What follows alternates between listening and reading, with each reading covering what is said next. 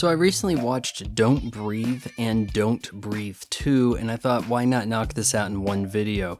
Now, Stephen Lang, the star of these movies, was actually a guest at my film festival, probably right after he filmed the original Don't Breathe, which takes place and was filmed in Detroit. Now, look, there are some caveats here. You're thinking, oh, maybe Vaughn's buddies with Stephen Lang. He's going to give this a good review. The other co-stars, Jane Levy and Dylan Minute, their birthday is the same as mine. Yes, December 29th. Yeah, so Vaughn's really gotta like this cast, right? Well, before you get ahead of yourself, do know that Jane Levy is Jewish. So we have a trio of burglars who use a father's security clearance at a security company to bypass security systems and steal from folks. The latest target, a blind guy who was paid off $300,000. He just lives in the one house that is still up in this neighborhood in Detroit. Yeah, he's blind, he's got money in the house, come on, let's rob it. You know, but he's a Gulf War veteran, a former Navy SEAL, and a badass dude with a mean dog. But I think that a lot of his actions are justified, at least to a point. There gets to be a bit of a plot twist here. Yeah, sure, he kills the most obnoxious intruder, but he's also keeping a gal in the basement. And for what reason is this? Well, it is the girl who ran over and killed his daughter. He has kidnapped her, kept her in the basement, and is getting her pregnant so that she can give him a new daughter, and then he'll let her leave. Like any of that could possibly work out for you. Oh yeah, you're gonna let her go, and she's not gonna go straight to the cops?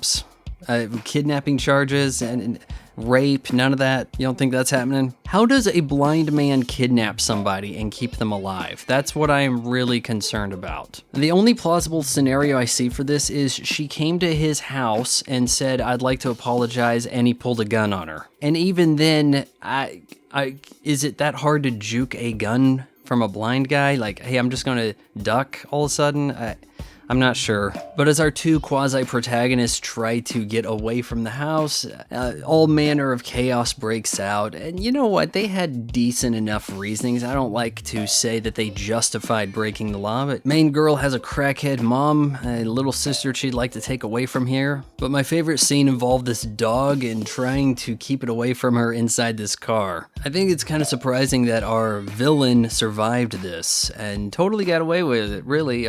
There were two intruders that he killed. Those were the bodies that we found. Yeah, that's it. Don't Breathe was one of the last surprise hits in the history of cinema, which spawned a sequel that came out last year. Now this I watched on Starz, and as it had lockdown production and things, they actually shot this in Serbia, but I thought it fit well enough for Detroit. That's not saying a lot for Detroit. And like many good sequels, it flips the script. We are trying to make a different genre. The previous film, maybe a little slasher horror in a house, right? Don't Breathe 2 is Blind Fury meets The Professional. This time around, the blind man has a daughter under some mysterious circumstances, but he's keeping her safe, he's keeping her educated. He has a friend in town. I don't know what she does, but it's almost like she works security and delivers groceries. Oh, but this time we don't have burglars coming into the house. We've got like hitmen coming for him. We learn that authorities are after this dangerous doctor who's into the black market organ trade.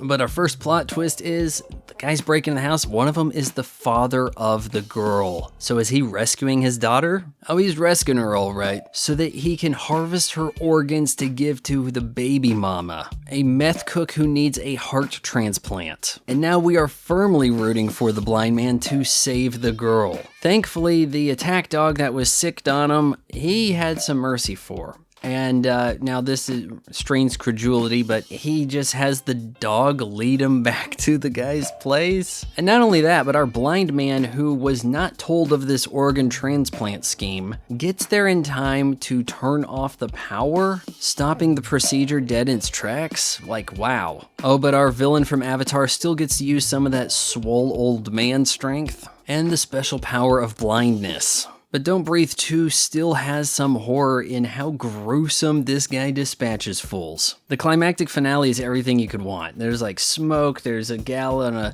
wheelchair, the girl's gotta hack her arm off, like there's dog attack. Everything just gets ratcheted up to a satisfying degree. And you know, I said that this reminds me of The Professional and Blind Fury. It has a look of a 90s movie just about, doesn't it? Like, you don't see movies that have this kinetic, unpolished look about them anymore, actually taking the action seriously. I am aware that people are kind of shitting on Don't Breathe 2. Oh, well, it's not really this horror movie anymore, and now you're supposed to like this guy, but he was so evil in the first movie. Hey, Norman is not asking you to like him. He's simply saving this girl. He's doing the right thing this time. Yes, I have plot issues with both films, but I find either quite satisfying, and I think Don't Breathe 2 might actually be a hair bit more original, shocking with its twists and gruesome.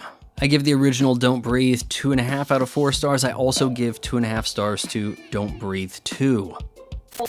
If you appreciate a YouTube channel that doesn't just pad out content to get to the 8-minute mark so that it can hammer you with ad breaks, then you should subscribe to my son's channel. You just got done watching it.